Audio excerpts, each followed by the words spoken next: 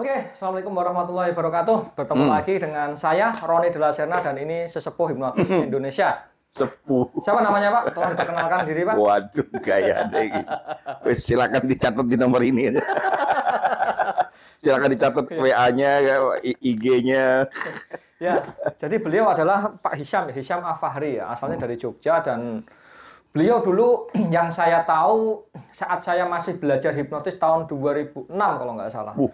Itu Pak Hisham itu sudah malang melintang di dunia pertelevisian lah, teman-teman. Jadi yang paling mengena betul itu kontennya Pak Hisham atau tayangannya Pak Hisham itu yang Pak Hisham menghipnotis orang latah. Nah, itu di YouTube banyak itu dulu. Cuman karena kameranya mungkin masih VGA atau apa ya, jadi ya agak burem-burem gimana gitu lah ya.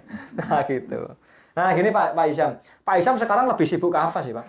Iya, saya sudah kembali ke profesi awal. Ya, tujuan saya itu kan, jadi sebetulnya itu terjun dalam dunia hipnosis juga nggak sengaja juga gitu loh. Jadi kan sebelum zamannya Romi, tahun-tahun begitu saya lulus keluar, sebetulnya kan basic saya kan psikologinya kan dari luar. Yeah. Terus kemudian di sana kan dipelajari namanya subconscious art, jadi seni terapi tapi menggunakan pikiran bawah sadar. Salah satunya adalah hipnosis. Kemudian begitu sampai di Jakarta, terus saya ngelihat tuh tayangan Romi Rafael. Ya, pada waktu itu zaman-zaman itu. Loh, ini kan teknik hipnosis ya. Kenapa kok jadi laku ya? Nah, gitu ya. Apa yang menyebabkan kayak begini dan sebagainya. Padahal itu sudah kita pelajari, tapi konsepnya adalah konsep terapi ya. Karena kita kan bagian dari NGA gitu. Jadi kan NGA itu kan kekuatannya ada di hipnoterapi. Lagi ke klinisnya. Nah, kemudian wah, kalau memang demikian itu luar biasa nih hipnosis ya. Hipnosis diperkenalkan di Indonesia, tapi sentuhan entertainment gitu lah. Itu menarik loh. Karena bagi saya itu jarang di TV-TV di luar negeri itu jarang mengungkapkan sebuah metode terapi, tetapi dikemas demikian rupa menjadi sebuah proses entertainment gitu lah ya. Nah, hebatnya pada saat itu tokoh-tokoh Romi Rafael itu mengambil satu part di mana part itu adalah proses deepening kan. Pendalaman kan. Nah, pendalaman itulah yang di blow up menjadi sebuah tanah entertainment. Waduh, ini luar biasa nih sebagian.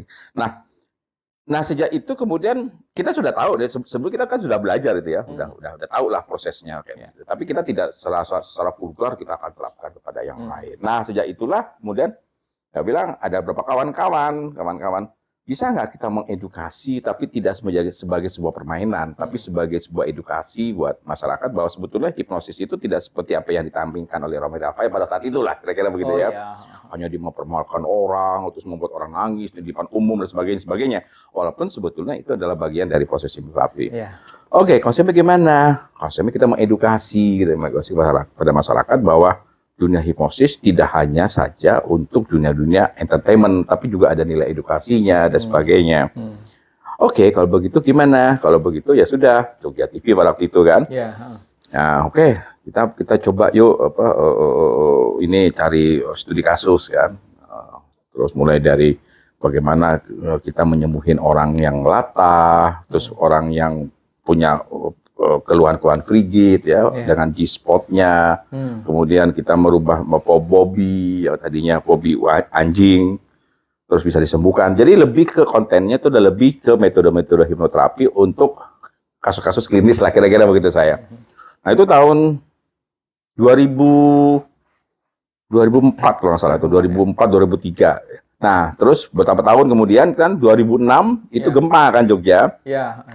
Dan sudah kita off segala macam itu. Nah, dari situlah orang sudah bisa berkembang. Oh, hipnosis itu seperti itu. Nah, terus ini berkembang. Nah, berkembang sampai munculnya ada IBH, ada Yan Nurendra, ada sebagai kawan-kawan sahabat-sahabat itu. Dan saya baru lahir di dunia hipnosis itu baru belajar 2006, teman-teman. 2006. Nah, 2006 itu saya sedang lagi booming-boomingnya tentang tentang hipnosis untuk klinis gitu ya, untuk klinis. Jadi kita hampir sama seperti konsepnya seperti Romi Rafael, tapi lebih kepada ada orang, kamu ada masalah apa, kita obati.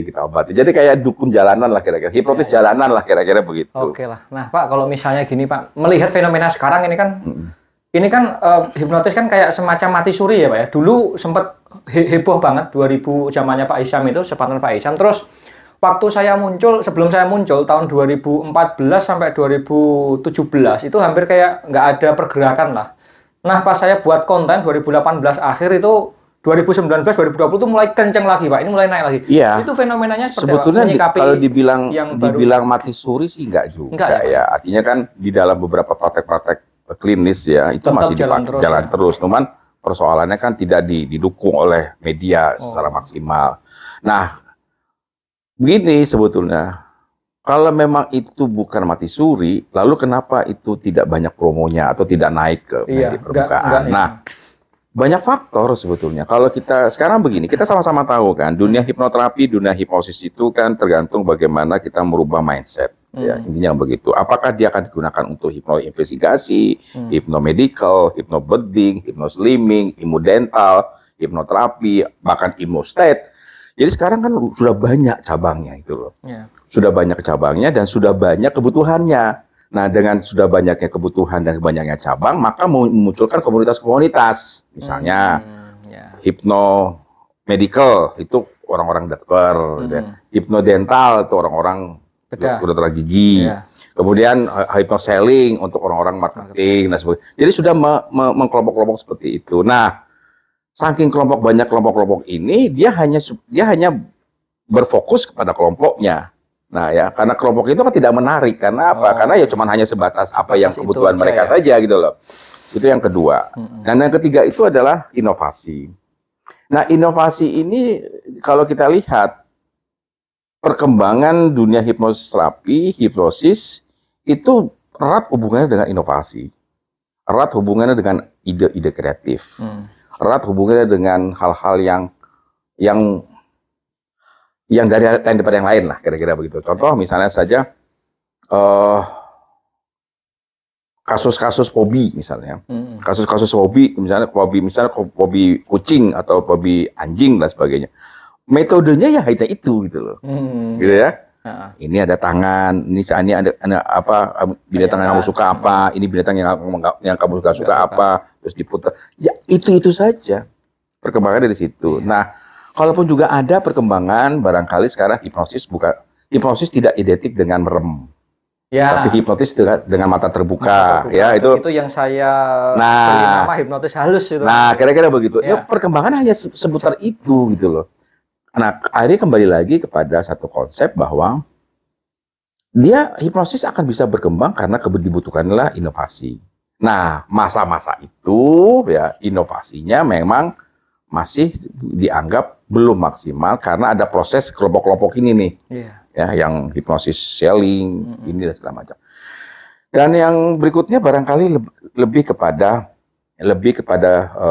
hipnosis belum mendapatkan sarana yang kuat, ya, terutama ditunjang dari media. Ya, media ini sangat penting pada saat itu sehingga kita tidak memiliki kesempatan gitu loh untuk bisa eksis lagi dan seterusnya. Nah, itu yang mengakibatkan kenapa sekarang hipnosis tuh naik turun gitu loh, naik turun, dan sekarang alhamdulillah dia berkembang dengan baik ya, bahkan banyak pelatihan yang macam-macam lah sekarang itu. Kita support lah. Gitu. Kalau melihat fenomena-fenomena apa istilahnya kayak pelatih-pelatih trainer hipnotis yang muda lah seangkatan saya nih, Bapak menyikapinya seperti apa? Oh, ini anak muda nih songong atau apa, atau menyikapinya gimana? Ya itu alamiah, ya alamiah itu artinya begini. Jadi proses hipnosis itu kan adalah alamiah dan ilmiah, alamiah dan ilmiah.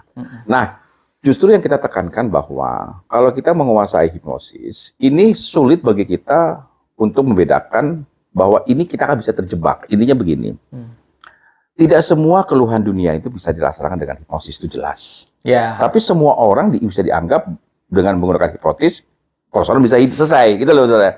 Nah, ini hal-hal yang sebetulnya yang bisa menjebak, gitu loh. Saya melihat bahwa ada beberapa bagian orang mengatakan bahwa hipnosis bisa loh nyembuhin segalanya, ya nggak bisa juga, gitu loh ya. Nggak mungkin, hipnosis tidak akan mungkin menyembuhkan bipolar, schizophrenia, paham yang berbeda, itu nggak mungkin, gitu loh. Kalaupun juga kita stres, ya stresnya stres awal, bukan stres lanjutan atau tingkat stres yang akut, itu hanya bisa dikatakan hipnosis bisa kita gunakan. Jadi, nah, perbedaan yang paling mendasar itu karena mungkin ketidaktahuan bagi sebagian orang, hipnosis itu bisa menyembuhkan semua penyakit. Waduh, repot lah kalau dia mikir. Dan itu nggak boleh, Pak. Itu kan ada di apa istilahnya pakemnya hipnoterapi itu kan nggak boleh kita ngeklaim kita bisa menyembuhkan, tuh nggak boleh kan. Loh. Kita Ya karena ada nilai ekonominya di situ. Oh, iya. Karena ada nilai ekonomi di situ, karena ada cuan itu, saya semuanya bisa gitu loh. Padahal sebetulnya nggak bisa juga gitu loh. Jadi nggak boleh ya teman-teman yang praktisi-praktisi terutama yang masih muda ya ngeklaim bahwasanya hipnotis bisa menyembuhkan penyakit, itu nggak boleh, tapi membantu proses penyembuhan. Jadi dan yang terakhir itu adalah saya lihat ini, kalau dulu kita berlomba-lomba, zaman saya, Mas Yando Rendra, Mas Toto PD, dan teman-teman yang lain lah, kita berlomba-lomba untuk apa? Untuk membuat skrip. Oh iya. Oke. Iya, saya masih ingat tuh cari skrip anti ini ya. Sekarang ini adik-adik kita itu sulit saya menemukan untuk membuat skrip sendiri dengan gayanya sendiri, passionnya sendiri. Mereka cuma hanya copy paste. Ya, copy paste. Ya toh? Ya. Nah akhirnya apa? Merubah style kan? Masa misalnya ada orang skripnya saya dipakai oleh si A, memang secara retorika sama bahasanya, tapi gayanya kan beda. Sehingga induksinya akan menjadi beda juga, gitu loh, saya kan itu.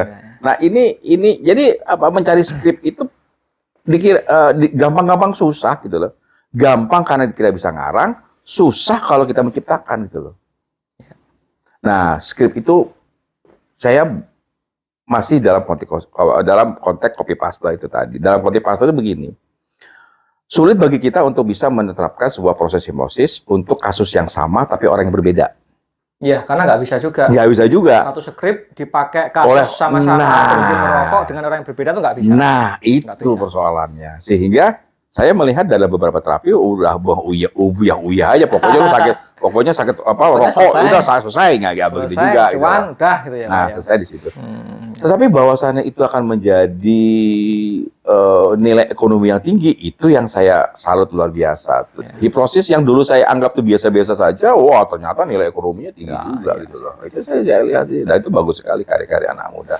Iya. Dan ini kalau teman-teman kalau teman-teman percaya ya, sebetulnya saya dengan Pak Hisam ini ketemu ke saya yang pertama ya, karena saya sudah mengenal beliau itu sudah lama ya, dari waktu saya belajar, karena tokoh di Jogja itu yang saya tahu juga Pak Hisam gitu kan. Nah, waktu itu kita cuman berteman lewat Facebook, tapi ya cuman temenan aja, nggak pernah like, nggak pernah komen, kita cuman tahu aja. Nah, akhir kemarin itu, nah ini berhubungan tentang law of attraction juga Pak ya, karena kan berat.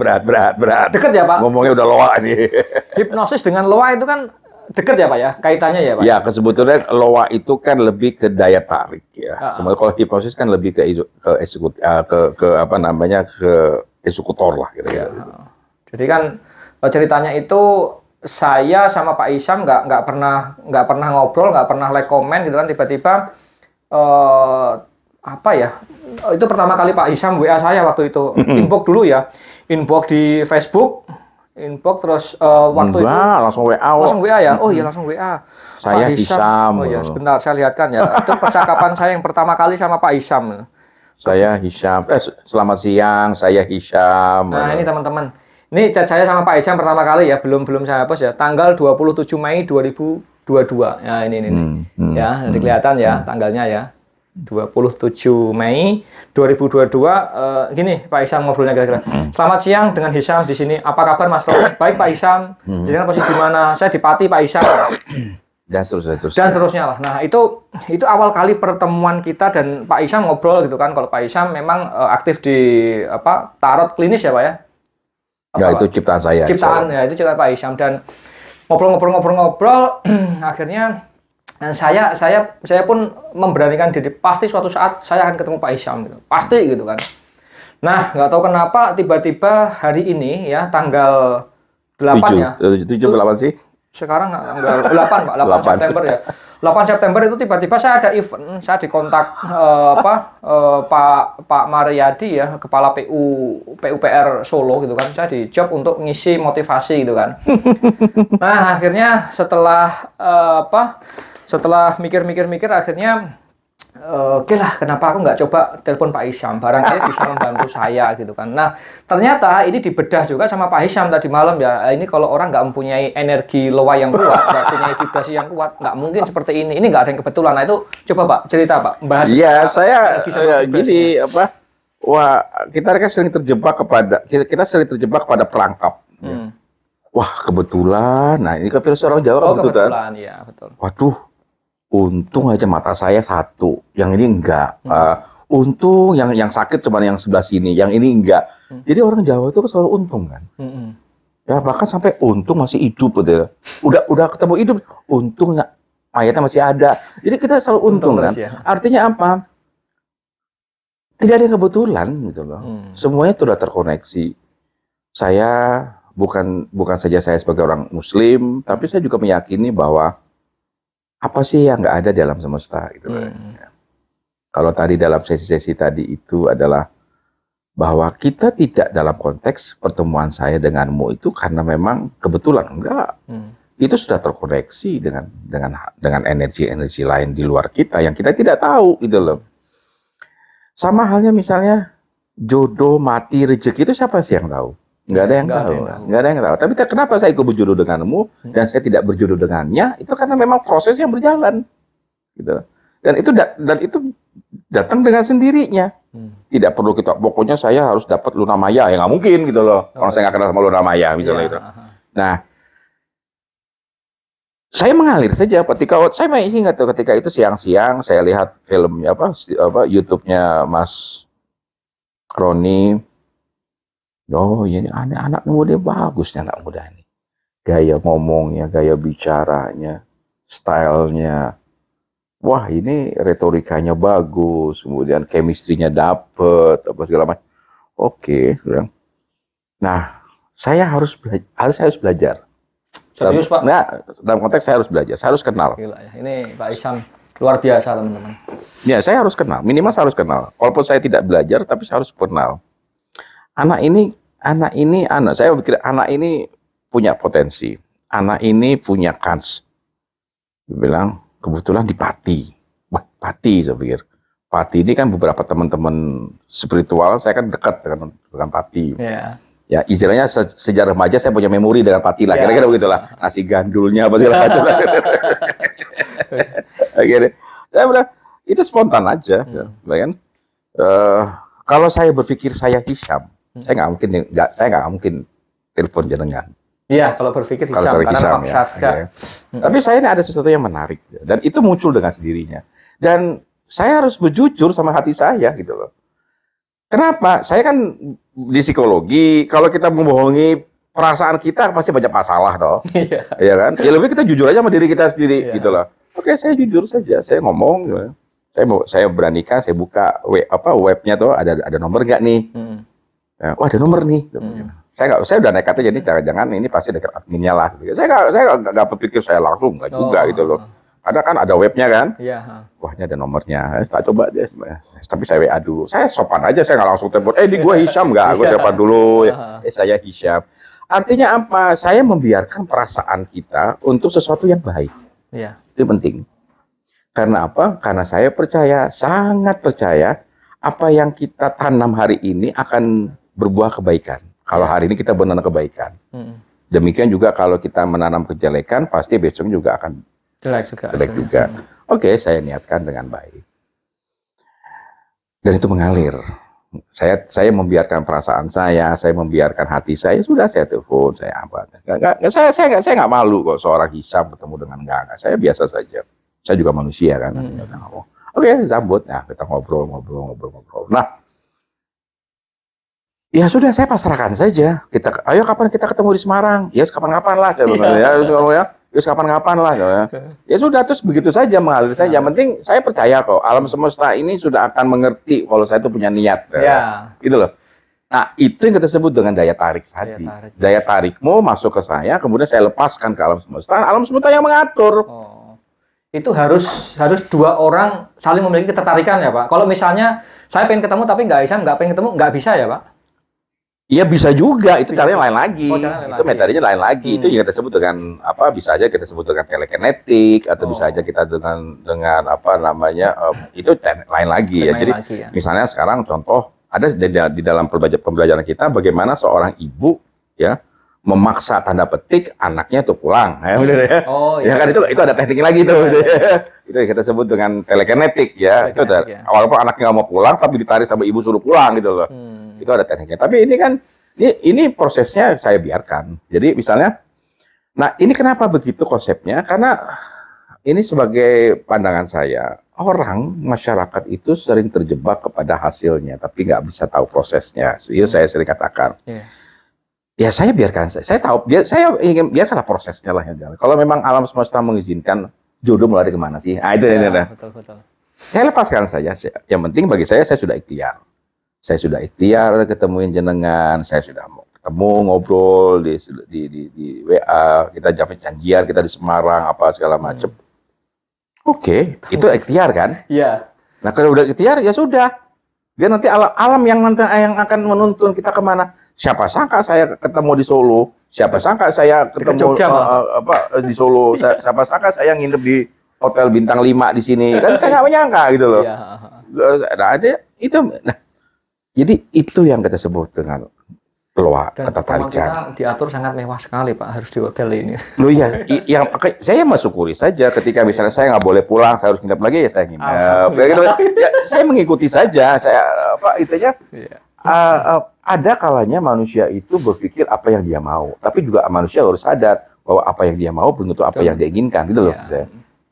Siapa sih orang yang kepengen sukses? Semua yang sukses. Tapi tidak semua juga orang bisa mendapatkan sukses kalau nggak tahu caranya. Betul. Nah, satu caranya misalnya kan begini. Kita sering terjebak kepada ada sebuah cerita. Semakin kita kejar, semakin nggak dapat atau semakin jauh. Itu sering kita dapat ya. Nah, udah tahu kita semakin kita kejar, semakin kita dapat, efeknya apa? Stres toh, tertekan toh. Malah semakin kita berpikir, semakin kita dapat apa-apa gitu loh. Semakin kita mencari sesuatu, kadang-kadang kita malah nggak dapat. Coba cari kunci. Kalau kita lagi kehilangan kunci nih, dicari Pak, mumet. Oh, ini nggak ketemu. Coba kita duduk diam manis, twing. Oh iya, aku baru kelingan yang ini. Manusia begitu Pak. Nah konsep-konsep seperti ini pembelajaran buat kita adalah, oke, ada masanya juga kita membiarkan hati kita, perasaan kita untuk bekerja gitu loh. Hidup itu tidak selalu apa yang kita pikirkan, tapi juga apa yang kita rasakan. Nah itu, kalau itu bisa seimbang Mas, insya Allah hidup kita akan seimbang. Nah konsep inilah yang berlaku di antaramu denganku. Nah gitu loh. Ya kan? Ya sudah, saya tinggal. Saya sudah berusaha, saya sudah saya udahlah kalau memang kita sempat janjian di Semarang, sudah justru malah saya taruh di sini. Dan saya bersyukur gitu loh, saya bersyukurnya, oke, saya tidak ada waktu, padahal besok sore saya sudah mulai agak sibuk gitu loh.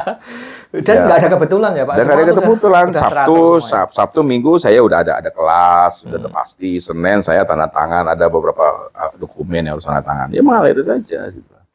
Oke nih Pak, pertanyaan terakhir nih Pak. Apa Pak pesan untuk trainer-trainer muda, trainer hipnotis, pesannya yang Pak Isyam ini kan selaku senior ya di dunia hipnosis ya, pesannya untuk anak-anak muda yang sekarang jadi trainer seperti saya dan teman-teman yang lain, pesannya apa Pak? Iya, seperti yang saya pahami bersama, bahwa dunia hipnoterapi itu adalah dunia yang alami dan ilmiah. Nah inilah, alami. Artinya tidak akan berkaitkan dengan mistik, dengan macam-macam. Dia akan berdiri sendiri. Karena keberhasilan sebuah proses hipnosis, ya itu adalah bagaimana kita punya kemampuan untuk berretorika. Dan untuk menggunakan retorika itu adalah pakai otak. Kita rajin membaca, rajin menganalisa, dan sebagainya. Itu proses hipnosis. Nah, keberhasilan hipnosis itu kan tergantung dari itu. Tidak mesti hipnosis itu dikaitkan dengan hal-hal yang sebetulnya di luar itu gitu loh. Ya, di daerah-daerah ya saya lihat misalnya kalau saya ke Manado, kalau saya ke Makassar, kalau dia ngomong soal hipnotis saja otaknya adalah gue dikerjain nih. Gue nanti dipermalukan nih. Nah, ini yang sebetulnya tantangan buat kita. Tapi bahwasannya dunia hipnosis itu sudah menjadi kebutuhan, ya, sudah menjadi kebutuhan. Nah, mudah-mudahan kebutuhan yang diharapkan oleh masyarakat itu juga harus ditunjang dengan perkembangan skrip misalnya, perkembangan yang lain. Nah, pada akhirnya hipnosis tidak bisa berdiri sendiri. Nah, buat teman-teman yang terjun dalam dunia hipnoterapi, yang terjun dalam dunia-dunia hipnosis, ya mungkin saran saya adalah kita tidak harus melulu untuk menggunakan hipnosis, tapi juga ada metode-metode lain untuk sebagai penyeimbang gitu loh. Misalnya begini, hipnosis, kemudian emotional freedom technique, bekam, pijit, itu adalah terapan kan. Nah, untuk terapan itu artinya kan eksekusi. Tapi apa kalau begitu kita perlu dong belajar bagaimana caranya untuk memapping. Oh bisa. Pakai yang mana? Gitu. Pakai yang mana? Apa misalnya kita mau pakai belajar tarot, grafologi, alat tes. Jadi untuk pertama di mapping dulu gitu loh. Oh ternyata kamu orangnya begini toh. Terus oh masalahnya begini toh. Oh masalahnya begini. Nah itu diceritakan. Nah setelah diceritakan baru dieksekusi lewat terapan-terapan. Nah mudah-mudahan itu sih bahwasannya anak muda itu jauh lebih baik daripada zaman-zamannya saya. Itu iya, itu harus diakui. Mudah-mudahan ini tapi juga diberbaringi dengan yang sesuatu yang baru gitu loh, terutama tentang pengembangan skrip. Inovasi lah ya. Inovasi. Media sekarang banyak kok, ada ya tutup lewat ini, lewat itu. Wah, udah nggak perlu harus di TV. Dulu kan saya harus ke TV dulu baru terkenal kan. Iya, benar. Iya kan, saya kan modal di YouTube aja udah. Jadi, kayaknya nengan, sekarang subscribe-nya udah 100-an ribu, gue bilang, ini bayangan saya ini kalau nggak 30-40 juta setiap bulan dapat ini. Doa loh. Oh iya doa, yain aja, namanya doa loh. Kan boleh dong, saya ngomong 50 juta ya boleh loh ya. Oh cuma ngomong gitu. Ya mudah-mudahan bulan depan ini setidaknya 60 juta dapat. Amin. Ayo selesai kan. Oke lah teman-teman, itu bincang-bincang saya dengan Pak Hisham ya, dan mudah-mudahan ini menambah wawasan bagi teman-teman pelaku praktisi ya, terutama ya di dalam dunia pengembangan diri, terutama hipnosis ya. Semoga obrolan kita ini bisa menambah referensi lah ketika kita nanti mau melakukan tindakan apa-apa, biar di mapping nanti pakai terapan yang mana yang cocok, itu kita pakai. Jadi bukan hipnotis satu-satunya, hipnoterapi satu-satunya untuk penyembuh bukan, tapi ada komplementer yang lain juga seperti bekam, terus EFT atau apa semua ada. Jadi jangan pernah mengklaim bahwa diri kita hipnoterapi yang paling hebat, enggak. Semua sama semua. Oke, mungkin gitu dulu bersama saya Roni Delasena dan Pak Hisham. Sampai jumpa. Oke.